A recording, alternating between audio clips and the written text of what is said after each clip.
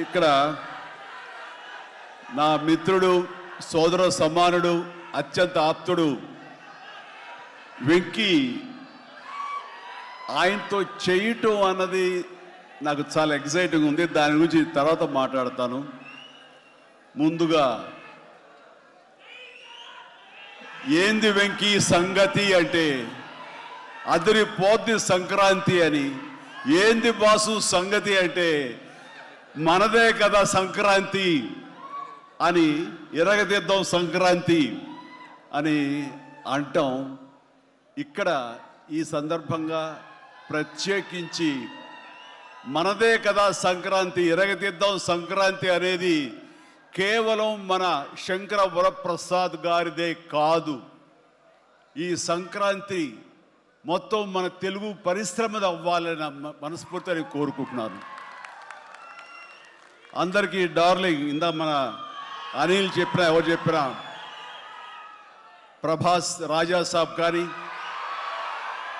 అన్నయ్య అంటూ ఆప్యాయంగా పిలిచే నా తమ్ముడు రవితేజ సినిమా కానీ, అలాగే మా ఇంట్లో సరదాగా తిరుగుతూ చిన్నప్పటి నుంచి పెరిగినటువంటి శర్వానంద్, నారి నడుమ మురారి కానీ, నాకు గురువుగా నన్ను భావిస్తూ నా శిష్యుడిగా ఉన్న నవీన్ పోలిశెట్టి, వీళ్ళందరి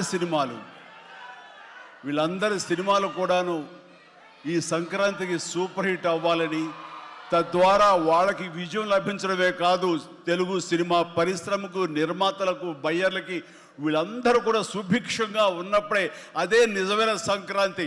ఆ సంక్రాంతి కావాలనే కోరుకుంటున్నాం, జరుగుతుందని ఆశాభావాన్ని వ్యక్తం చేస్తారు. అది మీరు ఇచ్చి తీరుతారన్నటువంటి ప్రగాఢ నమ్మకం అయితే నాకు ఉన్నది. ఈ 2026 సంక్రాంతి తెలుగు పరిశ్రమ మర్చిపోకూడదు. అలాంటి సంక్రాంతి మీరు మాకు ఇవ్వాలి. ఎందుకంటే ఇక్కడ ప్రతి cinema comedy genre, family genre తోటి, ఎంటర్టైన్మెంట్ జోనర్ తోటి పర్ఫెక్ట్ సంక్రాంతికి వచ్చే సినిమాలు ఇవన్నీ, సంక్రాంతికి నచ్చే సినిమాలు ఇవన్నీ. కాబట్టి ఈ సంక్రాంతి అన్ని సినిమాలు బాగా ఆడతాయి అనుకుంటున్నాను. ఆడేలా చేసే బాధ్యత మీది. దయచేసి అన్న సినిమాల్ని థియేటర్కి వెళ్ళే చూడండి, థియేటర్లోనే ఆస్వాదించండి, అలాగే మీరు ఆశీర్వదించండి కూడాను. ఆల్ రైట్, ఇక అది ఆ పక్కన పెడితే, చాలా కాలం క్రితం మా దర్శకేంద్రుడు రాఘవేంద్ర గారు ఎప్పుడో మాట్లాడుతుండేవారు, బాబాయ్ నీకు అనిల్ రావుప్పుడు సినిమాలు ఎన్ని చూసావో తెలియదు కానీ అతని కామెడీ టైమింగ్ కానివ్వండి, అతను హుషారు కానివ్వండి, చూస్తుంటే నాకు మళ్ళీ మీతోటి అతను చేయగలిగితే ఆ ఇద్దరి కాంబినేషన్లో వచ్చేటటువంటి సినిమా అసలు వేరే లెవెల్లో ఉంటుంది. ఐ విష్ మీరు త్వరగా చేయాలని, కలవాలని నేను కోరుకుంటున్నాను. అది ఎప్పుడు వస్తుందో ఏంటో తెలియదు. ఎన్నో సంవత్సరాల క్రితం అన్నారు, కానీ సరిగ్గా ఈ సంవత్సరం బిగినింగ్లోనే ఆయన చేతుల మీదుగానే క్లాప్ కొట్టి ఈ సినిమా ప్రారంభించారు. అది ఆయన మనసులో మాట, ఇది పెద్ద సూపర్ హిట్ అవ్వాలి అని చెప్పేసి. ఎందుకంటే ఆయన కామెడీ లైక్ చేస్తారు.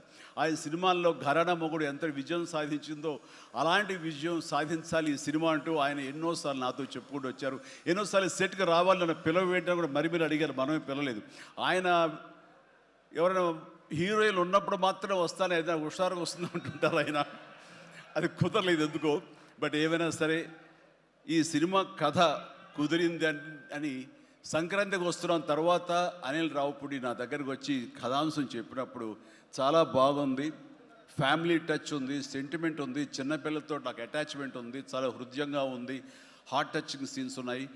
ఇలాంటి సినిమాకి ఆ కామెడీ జోనర్ సినిమా కలిస్తే కనుక నీ స్టైల్లో చాలా బాగుంటుంది. నాది ఒక ఎస్పీజీ క్యారెక్టర్ కాబట్టి ఇది నేను కొంచెం వైవిధ్యంగా డిఫరెంట్గా చేస్తే కనుక డెఫినెట్లీ బాగుంటుంది. డిజైన్ చేద్దామంటే అస్సలు వైవిధ్యం వద్దండి.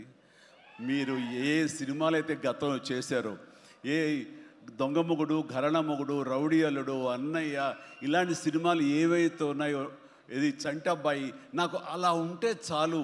ఎందుకంటే అలాంటివి అప్పట్లో జనం చూశారు, వాళ్ళందరూ ఇప్పుడు చాలా పెద్దవాళ్ళు అయిపోయారు.